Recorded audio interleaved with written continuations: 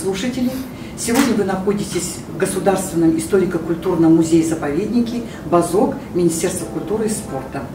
На нашей диалоговой площадке Заман Галым Кускарас принимает участие в его работе известный ученый, археолог с мировым именем Виктор Федорович Зайберт, профессор археологии. Хош келдіңіз, Виктор Федорович. И сегодняшнюю нашу беседу в виде интервью будет вести ученый-секретарь нашего Базока Айнагуль Сабитовна, кандидат исторических наук. Только недавно прошла презентация вашей книги, Виктор Федорович. Мы очень рады, что она проходила в здании Национального музея. Инициатором были мы, базоковцы. И мы очень рады тому факту, что принимали участие все регионы Казахстана. В общем-то, интерес к ботайской культуре возрастает. Ну, наверное, первый вопрос многие задавали, почему именно Базок проводит. Так как наш проект очень большой, он охватывает эпоху, начиная с неолита и заканчивая поздним средневековьем. И мы начинаем с ботайского поселения. Вы наш главный консультант в этом проекте именно по ботайской культуре. И первый вопрос, Айнагуль Сабитовна, ваш. Виктор Федорович, рада приветствовать вас в нашем музее-заповеднике. Мы на протяжении многих лет являемся свидетелями яркого для мировой археологии открытия поселений эпохи неолита Ботай. Виктор Федорович, вы потратили 40 лет своей научной деятельности, изучению, открытию этой уникальной археологической культуры, с которой мы дали название Ботайская. Сегодня Ботай привлекает внимание ученых, мировых ученых, и получила широкий научный и общественный резонанс в мире. Благодаря исследованиям ботайского поселения, результаты исследования, материалы поселения привлекают внимание ученых-экспертов и являются своего рода окошком для изучения более глубоких исследований междисциплинарного характера. Это этногенеза, культурогенеза, этнокультурных связей древности, древней медицины, технологий и так далее. На какие вопросы истории человечества дает ответы исследования поселения Ботай? Спасибо за такой вопрос большой. Но прежде всего мне хотелось сказать, что сегодня я представляю не себя персонально, а наш коллектив археологов, исследователей, которые в течение многих десятилетий работали со мной рядом и не рядом, и с отрывом в несколько лет, десятилетий. И я прежде всего хочу сказать, что для меня это время не было потрачено. Я пребывал в счастливом состоянии все эти 40 лет. И пребываете в счастливом состоянии. Да, я пребываю в этом состоянии, потому что когда меня иногда спрашивают наше молодое поколение, ребята, школьники, что вы нам посоветуете из области археологии, я всегда говорю, я еще для советов не созрел, я играющий тренер. Поэтому, конечно, в науке хочется быть бесконечно. Не просто жить, а именно быть в науке.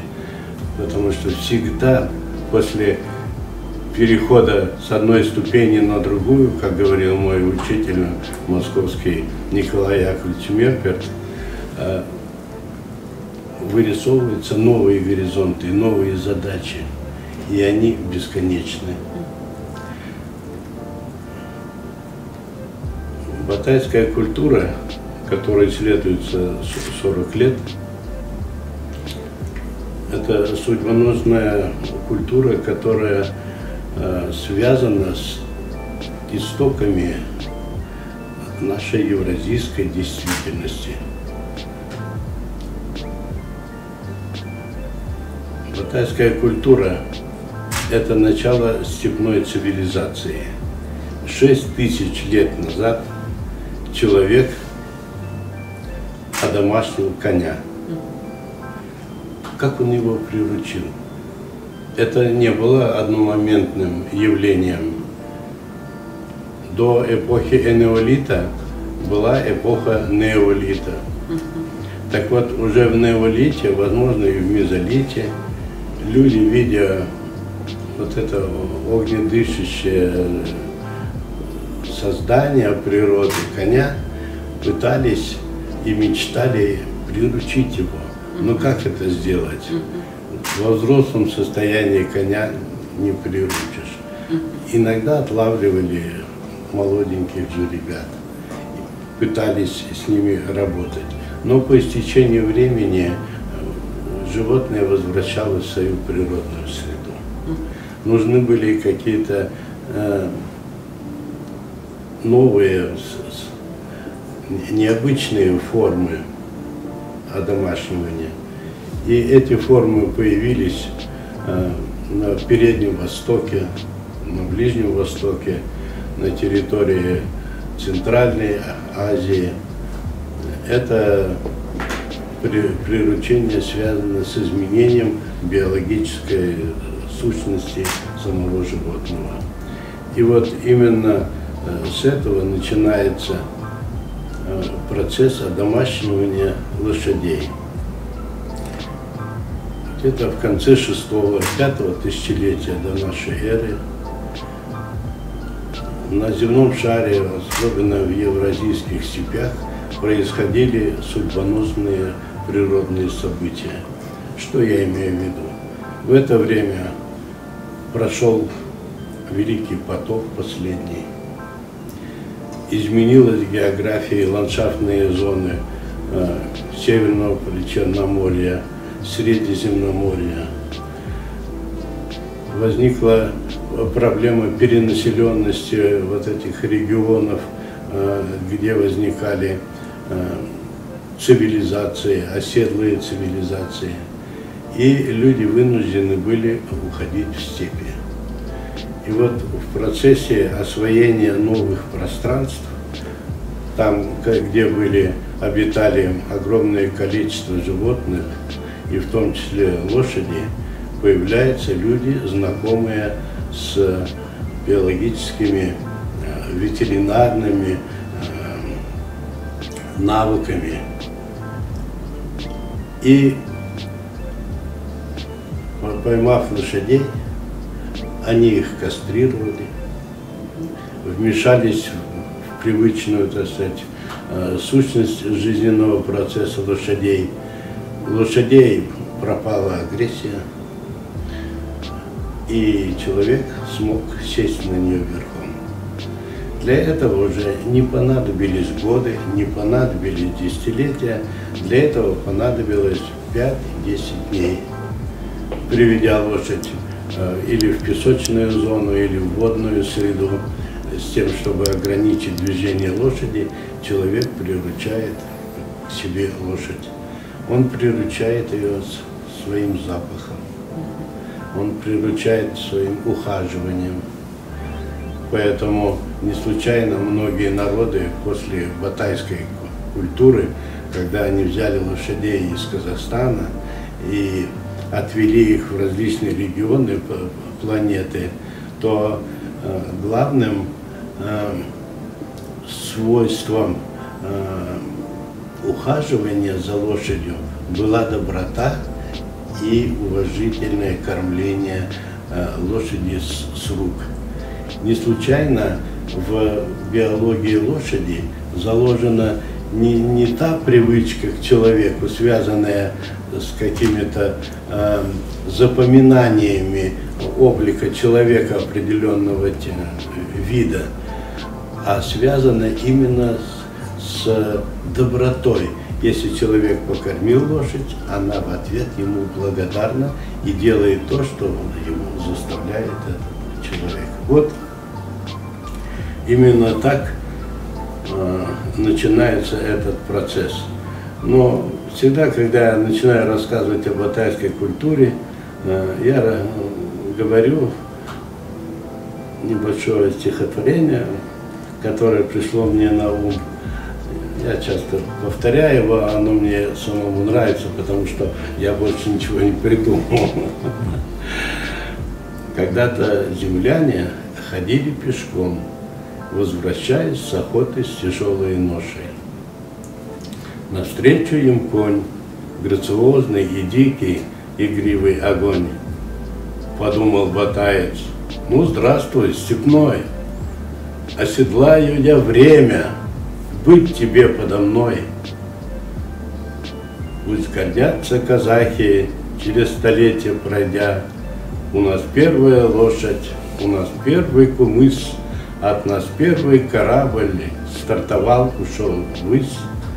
Так история учит свою землю любить, и деяния предков никогда не забыть. Ждут с надеждой потомки, что примут от нас процветающий край и деяния сказ. Замечательно. Замечательно, Виктор Федорович. А вот здесь у нас на столе находятся две ваши книги. Первая книга о ботайской культуре и вторая книга, презентация которой недавно прошла в музее. Скажите, пожалуйста, они, естественно, это продолжение ваших научных исследований, но во второй части Ботая что нового вы внесли? Все-таки это 40-летний труд. Вот в первой части Ботай и название «У истоков степной цивилизации» мы доказываем всему миру, что эта культура является макрокультурой, и это начало истоков степной цивилизации. Что под этим подразумевается? В это время начинается культурогенез степного населения, а будем проще говорить казаков, казахов, кассаков. И именно от кассак, от слова термина «ас», и мы считаем, происходит термин «казах».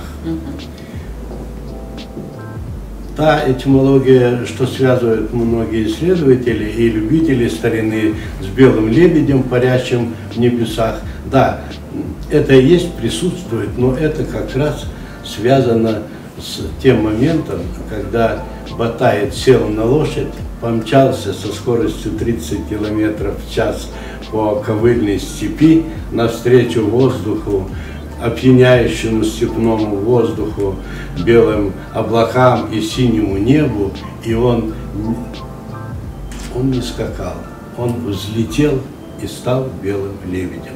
Это была первая гипербола, связанная с исконной историей вот этого уникального мирового явления. Далее, это начало производящей экономики. И сама культура. Здесь дается описание самой культуры, что такое батайская культура. Потому что под артефактами ученые должны подозревать и выявлять историческую содержательность, психологическую, экологическую, сакральную. Как заставить мертвые вещи, как говорили, немые орудия римские сенаторы, когда набирали это, как превратить мертвые вещи в исторический источник. Вот этим и занималась большая наша группа, международная группа. Сейчас я не буду говорить о том, сколько, но это десятки людей, которых мы смогли привлечь своим пониманием, своей убежденностью, своей целеустремленностью вот этих процессов. Когда налаживались наши контакты международные, мы начинали не с финансово-экономических аспектов заинтересованности, а мы начинали исключительно о научных интересах. И так более 20 лет мы выдерживаем эту марку. То есть не важно, где живет ученый, да, в Европе или здесь, в Азии, важно, что он заинтересован в продвижении изучения человечества, изучения науки. Да, есть общие цели и так далее. И сегодня эта книга, это является гарантом изученности нашей истории вот в 6, 4, 3 тысячелетии до нашей эры. Но, а во второй книге у нас получается? Но вторая книга, первая была издана в 911 году, и с 80-го года она как бы обобщает для нашего народа. Что Великая Степь подарила всадническую культуру, коневодство. Да, коневодство, и что это означает, и почему, и как археологи могли доказать.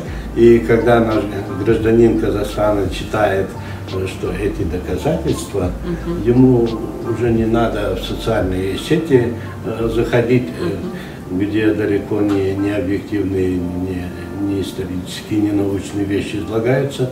Поэтому это явилось основанием нашему первому президенту заявить громко, что вначале была всадническая культура. Хотя, конечно... В своей программной статье «7 граней Великой Степи», да? 7 граней Великой Степи. Конечно, впервые Нурсултан Абишевич увидел материалы в 97 году в Петропавловске, но на то он и великий президент, чтобы все то, что он говорит, было воспринято взвешенно, серьезно и перспективно. Изучено. И вот через 40 лет мы получили вот такую доверительную и взвешенную оценку от нашего лидера. Ну и потом данная книга получила международное признание. До этого предшествовали более 100 научных трудов, это мы тоже об этом знаем. А во второй книге это уже продолжение. Во второй книге. Первая книга таким образом может говорить о том, что процесс археологического ремесла она завершает. Теперь вторая книга вскрывает внутренние контексты содержательных этих артефактов и процессов наблюдений над раскопками.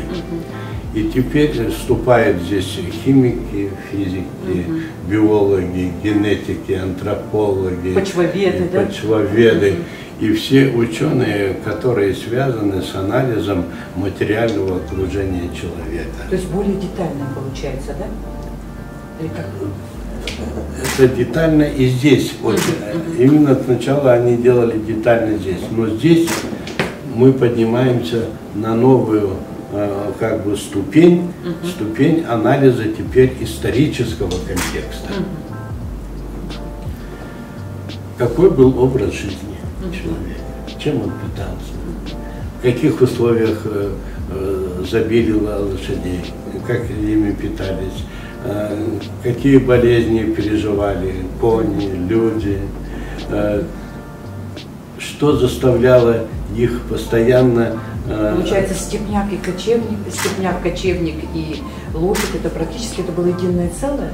Степняк и лошадь, да, это единое целое. Кочевник – это состояние, если под кочевником понимать процесс передвижения, пусть будет кочевник. Кто-то говорит намат и так далее. Дело не в этом. Просто человек может передвигаться и на большие расстояния, и на маленькие, но всегда с одним и тем же смыслом. Каким? С тем, чтобы закрыть годичный календарный цикл. Мы, когда, например, особенно заканчивается год, мы говорим, что вот наше общество вот пришло с такими-то результатами, мы хорошо завершили год, собрали богатый урожай, теперь мы будем хорошо жить. И планирует общество свои экономические, социальные, политические, сакральные планы. Вырабатываются стратегии. Для чего все это? Для того, чтобы мы каждый год могли сказать, что мы закрыли свой календарный цикл, семья наша жива, у нас есть что покушать, и у нас есть основания, чтобы рождать новое население. Именно поэтому все батайские процессы людей в рамках этого хозяйственного цикла объясняются вот этими духовными и социальными составляющими. В этой книге я показываю, как происходят психологические изменения, как в нашу экономическую среду при изучении внедряются сакральные вопросы. Оказывается... Одомашнивание, конечно, человеком дикой лошади повлияло и на его психологию. Человек стал более уверенным. Да. Не только на психологию.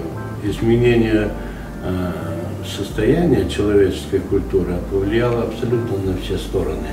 Почему? Главное не в том, что человек сел на лошадь, а в том, что у человека появилась возможность почувствовать новые информационные потоки, новую информацию, преодолеть расстояние.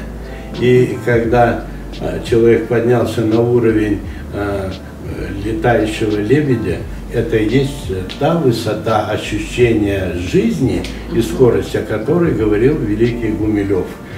Чтобы ощутить историю, надо подняться на высоту птичьего полета. Интересно. Виктор Федорович, вот сейчас вы заговорили о духовной, о сакральной жизни.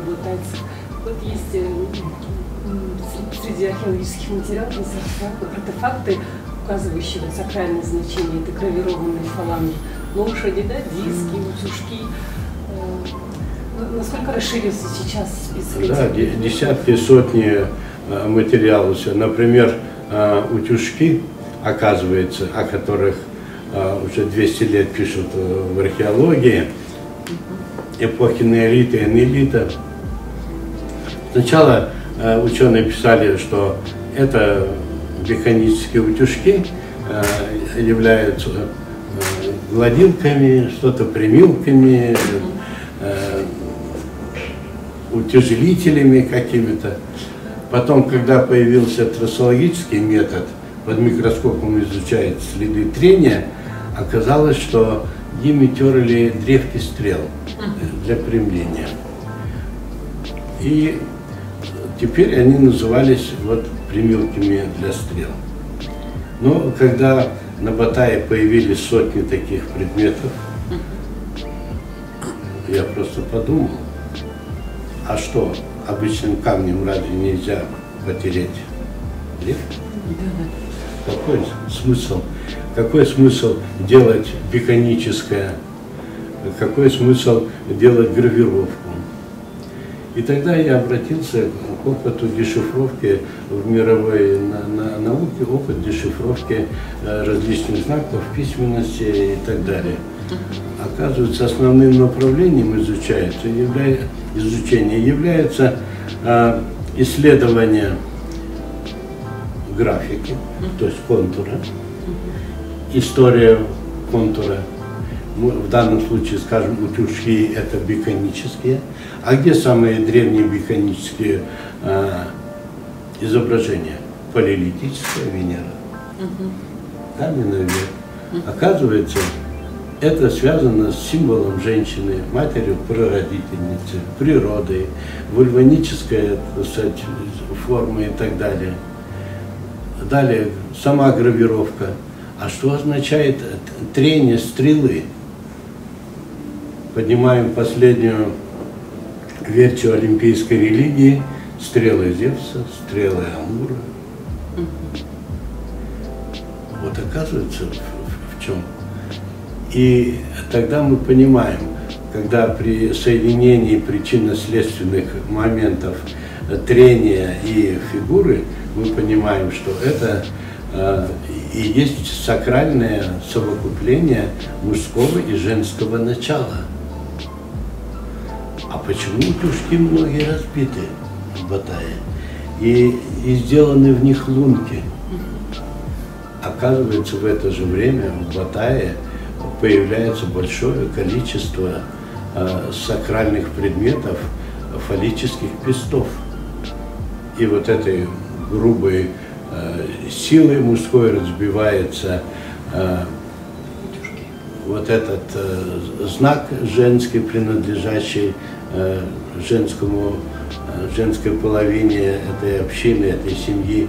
И при переходе в мужской клан, в мужской дом, эти символы разбиваются. Начинается новая эпоха. Начинается эпоха мужчины, эпоха перехода к патриархальным отношениям. И в это же время мы фиксируем, скажем, аналогичные явления в Древнем Египте, но там еще происходило бинарное восприятие мира, а батайцы уже переходят в связи с тем, что конь вознесся на небо при полете, с тем, что конь объединяет теперь 3 сферы: верхний, средний и нижний миры. Начинается новая патриархальная эпоха. Вот так это один из примеров процедур работы с материалами, но не просто с материалами, а информационными пучками этого материала, который мы вытянули за счет вот этих вот бесконечных практических опытов, связанных с привлечением естественных методов. Вот так непросто, так сложно, достаточно много времени занимающее, мы эти процедуры выполняем. Виктор Федорович, а вот как проходили исследования Кумыса? Расскажите, пожалуйста, об этом. Во время, это было тоже в 9-м. Сегодня вообще приковано внимание всего человечества к этому напитку целебному. Да. И вы очень много об этом пишете. Вы расскажите кратко об этом тоже нашим слушателям. Ну, коротко нужно сказать, что претендентами на Кумыс были не казахи, я сейчас имею в виду нацию нашу, казахов, скажем так, не казахи, не русские, претендентами были в Германии. Германия. За счет своей технологии, но я сейчас вижу, что Германия не случайно претендовала, потому что вот те древние флюиды, которые сегодня мы наблюдаем в германском этническом, так сказать, процессе, генетическом процессе, имеют все основания считать, что часть жителей Германии, современной Европы, Центральной, Северной Европы, были выходцы из азиатских степей, из наших казахстанских степей, потому что вот эта гаплогруппа R1b, она как раз связана с протокипчакской конфедерацией, возникшей на сибирских, евразийских, центральноазиатских просторах 25 тысяч лет назад. Потом эти протокипчакская конфедерация разделилась, осталась часть восточная и часть западная.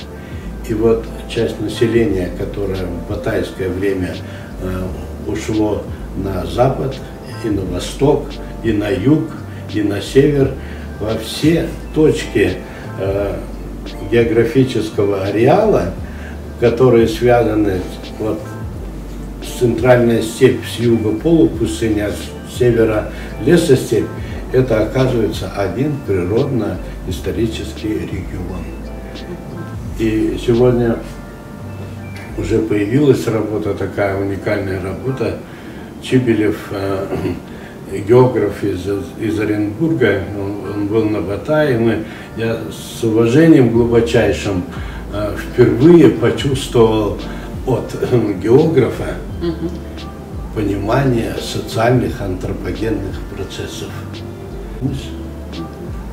Но, с другой стороны, это было не так доказательно. Лабораторные анализы, наверное, еще показали, так?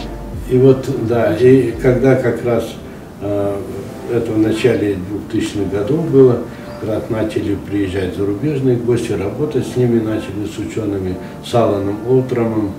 И я всегда говорил, давай посмотрим, надо попробовать вытащить молекулы жировые. Ну, в то время уже была эта технология знакома, и в России была, но еще в России не было той безапелляционно утверждающей технологии, которая имелась на Западе. Ну, Алан говорит, хорошо, я поговорю с специалистом из Бристольского университета. Мы собрали образцы. Это кусочки керамики небольшие, где-то около 90 фрагментов разных, и отправили. Это ваши археологические находки на Батайского поселения? Да, это очень маленькие, вот может быть полсантиметрика на полсантиметрика, там не, это совсем маленькие. И через полгода где-то вот, пишет мне Алан: Виктор, мы, кажется, нашли то, что мы ищем. И они брали не только Батай, но и из эпохи бронзы Центрального Казахстана население взяли, из Кустанайской области еще несколько вариантов, 5 или 6 пунктов, сделали большое количество анализов, и получилось, что на Батае высеяли вот жировые молекулы женского кобыльего молока. Ну, действительно, сейчас считается, что кумыс, который у нас в Казахстане, он обладает самым, ну, как бы он высококачественный считается, обладает целебными свойствами. И это не случайно, с каждым годом мастерство людей, которые занимаются этим, оно растет.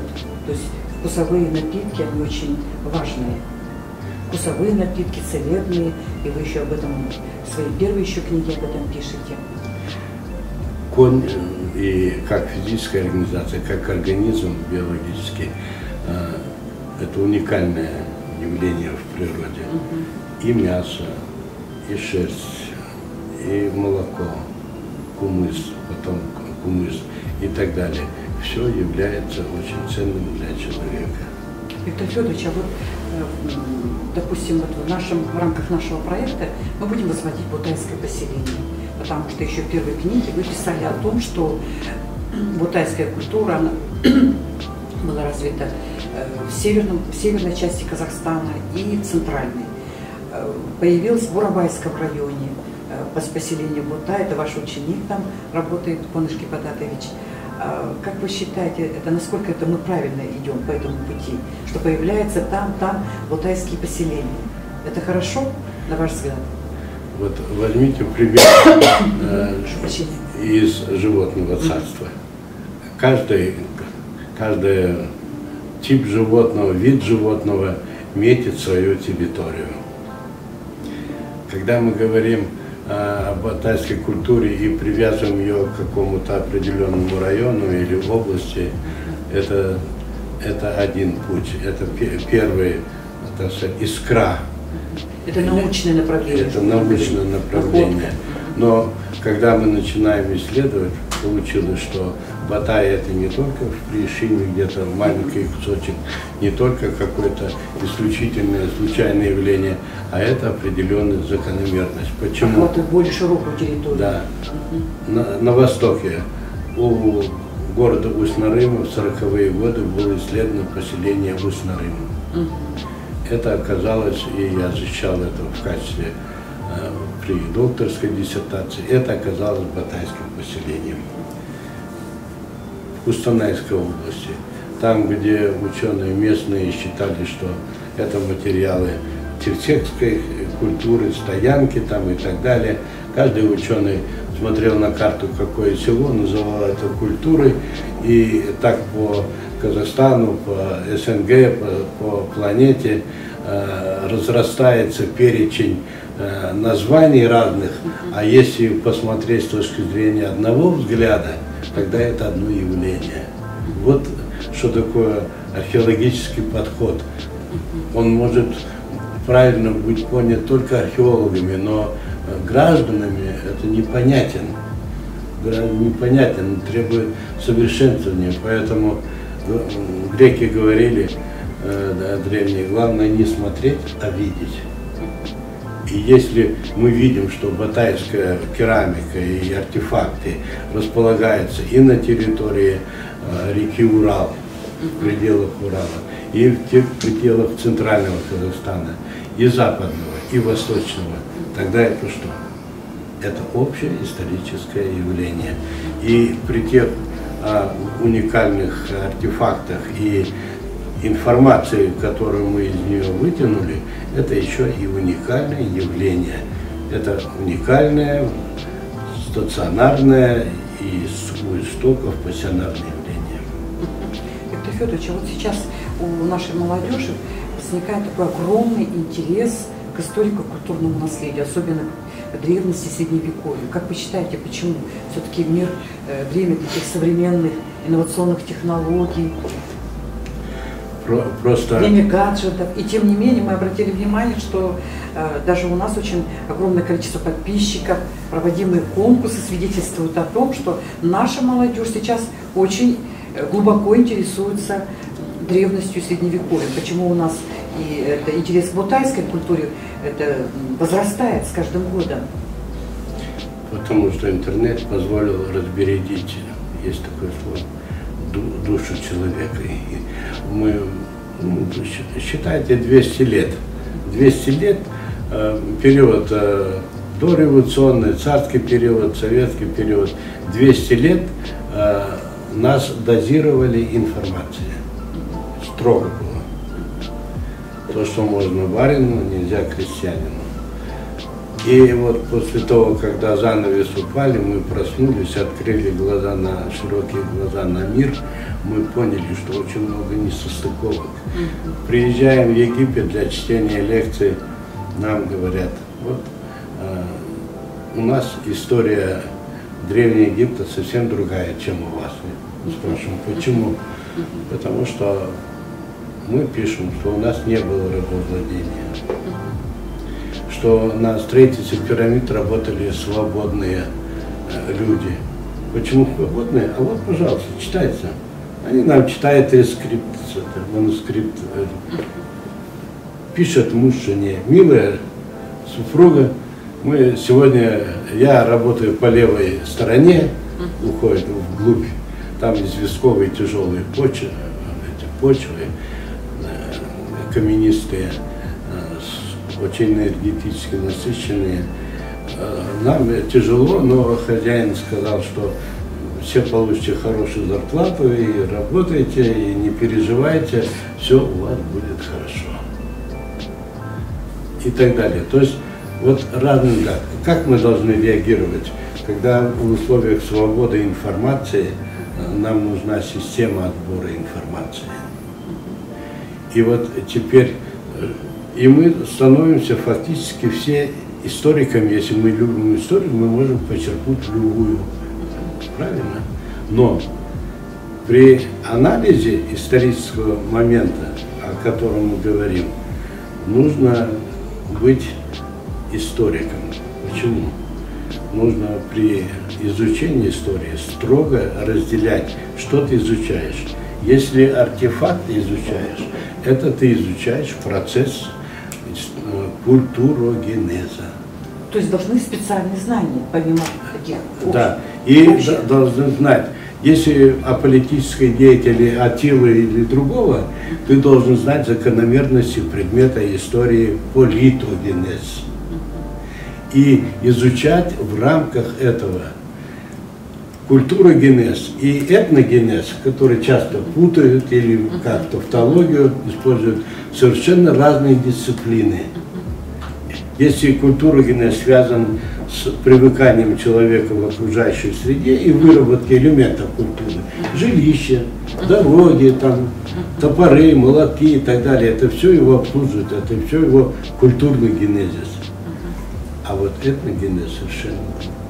Он может совпадать с культурогенезом, но самостоятельно он имеет свои особенности. Почему?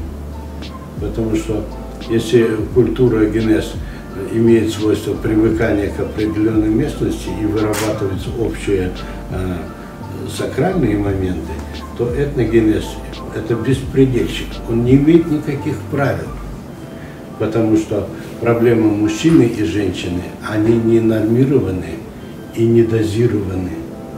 Мужчины и женщины нравятся самых разных этносов, самых разных раскрасок. Виктор Федорович, вот вы работаете в институте, я представляю, какие счастливые студенты, которые слушают, у которых есть такая уникальная возможность слушать лекции профессора, ученого с мировым именем. Мы искренне вам благодарны. И как вы считаете, вот наш проект «Базок» он очень важен для нас. У истоков стоял Кемаль Акишевич Акишев. Сейчас продолжает ваша коллега, тоже уроженец Северо-Казахстанской области, Марал Галымжановна Абдуллина. И сам базок тоже, вот вы своим трудам посвятили более 40 лет. Наш базок исследовался 15 лет. И тем не менее сегодня научные сотрудники считают, что обладают таким достаточно хорошим материалом для реконструкции самого древнего городища Базок. И начинать его надо с Ботайского поселения. Вот ваше мнение по поводу данного проекта, оно очень важно для нас. Вот я сразу хотел и ответить на вопрос, вот, почему я с удовольствием приехал к вам, выступаю здесь именно, потому что здесь наша молодая столица. Чем будет древнее наша столица, наша территория, регион наш, насколько он будет разновекторный, то есть разностороннем развитии, тем у него будет больше бренда, больше исторического уважения в будущем. Это совершенно четко. И в это надо понимать, что это очень интересное направление. На сегодняшнем, через 15 лет после открытия, ситуация на Базоке, она уже гораздо расширилась и разрослась. Понимаете? Тот Базок, который мы с Кемалем Акишевичем смотрели, я когда приезжал, он говорит, есть одно поселение, поедем посмотрим. И, конечно, мы поехали сразу за мостом, говорит, с женой, и тут походили по этой пойме, заливные и так далее. Ну, конечно, рядовой памятник этого времени, военного, какой-то военный элемент вот этой истории, элемент политогенеза уже. Это было время, когда события исторические развивались уже не по экономическим, не по культурно-генетическим, а по военным, по политическим мотивам. И лидерами исторического процесса были военные люди, лидеры. Вот эта военизированность истории, она и определила те направления, дальнейшие события.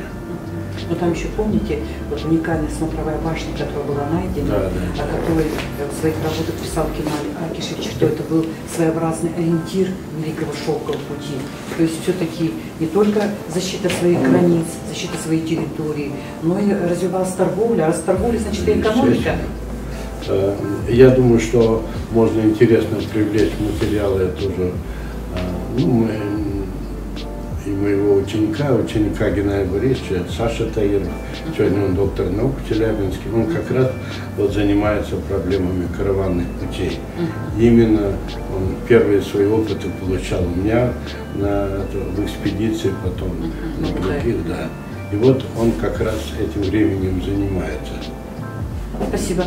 Яна Гусабитовна тоже участница этой экспедиции, ученица Кемаля Акишевича. У вас вопрос?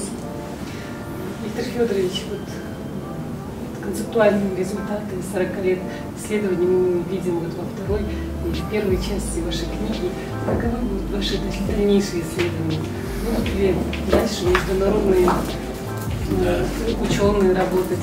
Какие у вас планы на будущее исследования? На Батае знаменитая архитектура батайская, она имеет полные аналогии, во-первых, в горных зонах Евразии. Вот эта степь, о которой я говорю, она со всех сторон окружена горами. Алтай, Тянь-Шань, что там у нас дальше, Памир и до запада, Кавказ, кавказские. И вот когда вот эти инновации расходятся по степям, взаимодействуют, и когда эти инновации, вот эти лошади приходят в такие зоны, как Кавказ, Турция, Анатолия, то здесь возникает создание базовых элементов этой культуры. И они становятся сакральными. Сегодня ахалтекинцы – это сакральный конь. Я был в Узбекистане, читал лекцию в университете университете 300 студентов собрали. И когда я говорил о великих достоинствах халтыкинцев и откуда появился халтыкинский конь, мне не возражали. Ну, видимо, соглашали, может быть, молча соглашали. Но это было действительно так, потому что, скажем, хетский царь, один из хетов, Супи Лулиума, издал приказ, написали специальный труд, как воспитывать хетских лошадей с целью придания им выносливости и быстроты бега, как предшественники. Когда по жеребцу и кобыле батайцы продавали, раздавали, уносили, они их воспитывали с рук. Батайская же лошадь, это была многомиллионная ассоциация в степях. Палас, когда был, он писал во время джута вот в этих областях, Павлодарская, Усть-Камногорская, Петропавловская и Кустанай, в годы джута погибало до 1,5 миллиона голов. Только погибало. А погибало по статистике 40-60%. Представляете? Вот какие объемы. Так вот, конечно, лошадь становится сакральной. Конечно, родина лошадей, там, где она обитала в табунном состоянии, это только Казахстан. Здесь, почему еще в Казахстане, в северном? Потому что вот это степной створ северного Казахстана, он на севере примыкал близко и к лесостепи, и в центральном Казахстане, при Каспии, приорал к полупустыне. И вот это вот из горячего в холодное, из голодного в горячее как раз формировало выносливость батайских лошадей. И они были 3 видов. Низкорослые, которые шли в пищу батайцам, среднерослые, которые приспосабливали для ведения хозяйства, и высокие рослые. Они шли на продажу, на обмен и на породообразование. Вот вам, пожалуйста, ответ, почему, в чем гуманизм казахов, если они едят лошадей. Так это, простите меня, это не только, во-первых, казахи едят лошадей, а Казахстан сегодня находится на 3-4 месте по количеству потребления, да, и в процентном отношении. И речь идет о культурной подоснове, где существует разумное распределение между сакральным и бытовым. То есть четко есть разграничение. Не разграничение. Просто...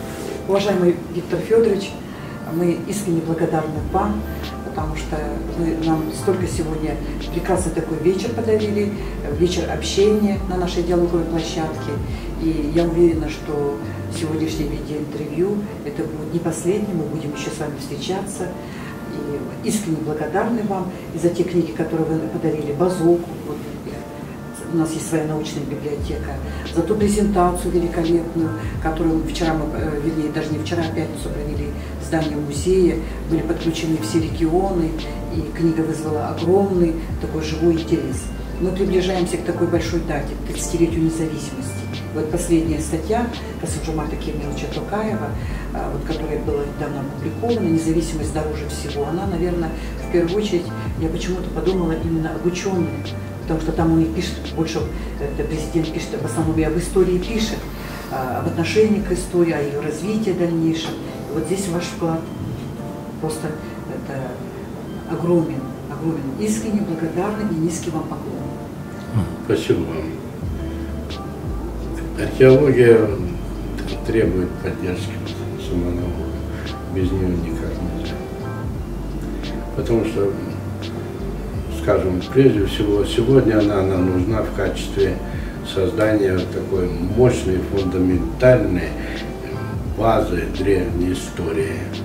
документировано по всем параметрам, полочкам. И, конечно, археология, во-первых, самый главный аргумент – это свидетельство. Конечно. Это тех или иных достижений степной цивилизации. Я бы хотел попросить вот тем, что прежде всего столичный музей-заповедник, здесь будут постоянно новые гости и так далее. И, конечно, столичный БУЗОК, он будет связан с региональными музеями-заповедниками, которые могут показать не только всю вот эту вот красоту нашей истории, но и могут показать особенности регионов. И тогда люди будут понимать, почему люди живут на севере, на западе, на юге Казахстана, в пустыне, в полупустыне. Чем это обусловлено? При Урале, да, чем это обусловлено? Оказывается, с точки зрения понимания жизни, они все предусмотрены своими возможностями. И ваши пожелания слушателям нашим? Я хочу пожелать всем здоровья. Хочу пожелать просветленного обучения знаниям и жизни. Пусть наши коммуникации развиваются, но духовное содержание, внутреннее содержание наше пусть развивается и пусть не зацикливается на каком-то одном моноэлементе. Виктор Федорович, спасибо вам за время, подаренное нашему БУЗОКу. Желаю вам крепкого здоровья, успехов в ваших дальнейших творческих и научных делах. До новых встреч! Спасибо.